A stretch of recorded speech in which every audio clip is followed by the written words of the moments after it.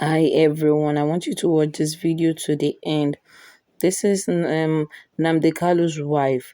After the judgment that was being passed on her husband, she has a lot to say, which I really want you to listen.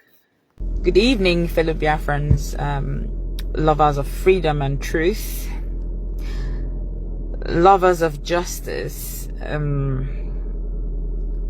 It's been a long day for all of us. It's been a very, very long day. Annoying long day, not unexpected day, but a day that we knew that would come sometime, at some point. I just had to wait for Nnamdi to go back into the house because I haven't told him what happened. He's asked me about the court, and I said, "Is the usual nonsense going on?" And he said, "Okay." We have seen what transpired today in the court between Nnamdi Kanu and the kakistocratic. I have always called Nigerian government kakistocratic government of Nigeria. What happened today is not something unprecedented. It is something that we know that this is what they want to do, even though some people don't realize that, but this is something that has been planned, prepared a long time ago. Although at some point we would have averted or evaded this type of behavior in the past, but notwithstanding, God alone understands why it has to come this way or go this way. Mind you, this is not about some political misunderstanding or misconception happening anywhere. This is about Biafra. So if we understand what Biafra is and understand what it entails and understand the people behind Biafra, the hands, the unseen hands and the seen hands, then we will understand what this whole thing is about. Also, if we understand who we are as the Igbo people, Igbo, there is something about us that the enemy does not want to but we are very special. I keep saying that. And at some point, God, in his infinite mercy,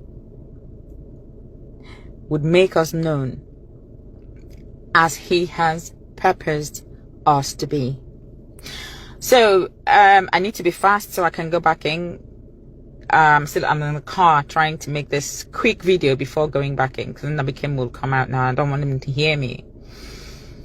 In Nigeria, a judge cannot ask a defendant to open a defense on terrorism related charges without reading out the written law under which the court is trying that person. Okay, so the Constitution of the Federal Republic of Nigeria, 1999, as amended, section 36. I mean, I'm sure that is very familiar to everyone now. It provides that a person shall not be convicted of a criminal offense unless the offense is defined and the penalty prescribed as in a written law. So what Omotosho has done today is a written script for him to read out. Everyone could hear him, everyone could see that he was reading a script handed over to him, and that he could barely read out some of the words in his own very written judgment. How interesting. How interesting. I've had to quickly tweet and post the travesty of justice today regarding how Omotosho ignored the Constitution's requirement that no one can be convicted under an unwritten or unknown offense.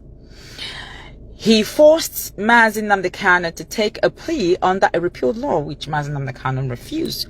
So show me where it is written before I can enter into a defense. And that never happened. Omotosho refused blatantly, flagrantly, to issue written rulings on serious applications. So you could hear him reading, you could hear him counting thousands of lines of hours of account. But then he refused to issue a written ruling, which he ought to have done first, but never did. He told Mazi Nnamdi Kanu to put all objections in a final address, then blocked the final address. So if you were Mazi Nnamdi Kanu, you will be as outraged as Mazi was this afternoon. You cannot ask me to put my final address, put it down, write it down, and then you block it. So Mazi Nnamdi Kanu has right, is his right, to put a final address down, to write it down. But Omotosho blocked that and decided to read out those nonsense he called count. And he refused to, first of all, decide whether he even had the power to try the case. We kept talking about jurisdiction. I have always talked about jurisdiction. Nigeria government has no right to try Mazi Nnamdi Kanu. He who comes to law must come with equity. Or he who comes to equity must come with clean hands, rather. Excuse me. So it's also in the spirit. If I'm going somewhere to lay a complaint about someone, I ought not to have done something, rather lay a complaint first. So Nigerian government decided to take Mazi Nnamdi Kanu from Kenya, They kidnapped him, tortured him. After 8 days, they brought him to Nigeria and then decided to try him under a repealed law, which we have refused. So a few gaps there where we should have stood on our discharge and acquitted and stood by it. Regardless, that would be revisited, and we are going to appeal. Of course, we are not going to sit down and fold our arms for Nigerian government to deliver something that they have planned, a verdict that they have written years before now. We won this case. They were not happy about it. They went to Supreme Court, even though the Supreme Court messed around with the whole judgment, but they did say to them, you are trialing him on a wrong law, change it. Nigeria never changed it. Where is the treasonable felony gone? Where is the location of the crime? Where is the location of the crime? Did Omotosho mention it? No. One of the reasons I came on live is to point at just one single point or one single loophole. Omotosho cannot give a verdict on an evidence that was not inclusive in the previous, or the evidence tendered in court. Everyone keeps shouting, oh, Mazi Nnamdi Kanu said, burn down this, kill the policemen. What were the policemen doing? Policemen were shooting protesters who were unarmed. But that aside, did any person come to court? Was there a witness in the court who came in to say, I committed this crime? Or was there a person that the police or the DSS or the Nigerian government brought into the court and said, this person committed this crime because Nnamdi Kanu incited them? None whatsoever. So in Omotosho's verdict, he was counting everything, and he counted about Mazi Nnamdi Kanu wanting the British embassy to be burnt down and Katrina Lang murdered. How on earth? How is that? So you see, when I say that the Nigerian government and all their nonsense is of kakistocratic nature, it is not a joke. It is not a joke. So with all the maxed people in the court who kept saying, I'm unaware, I don't know, I don't know, I don't know. This is where Nigerian government wants to go. This is where they want to go to. Oh, life imprisonment. He would have mentioned death sentence then. Why didn't he mention it? He should have said death sentence. The thing is, we're not here to make any noise, but to continue to tell our people that this is an orchestrated pattern. We know the hands behind this. The British government being brought into this very case in order to say, oh, Nnamdi Kanu is international. Take this point, international terrorist. They are stupid. You know, this is the kind of person who would be in an examination hall. They would give him copied whatever, and he would copy both the person, his matriculation number, and the person who gave him a note to copy from. He would copy everything. So even though you can see that Omotosho was reading a script handed over to him just this morning or last night, he was just coming to court to read it out, not to analyze anything, not to actually pass judgment. It is right there before. They think Trump is not intelligent. Is that what they think? They think the American government is as kakistocratic as they are? No.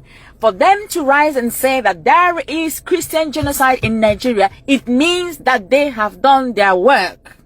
They have all the evidence.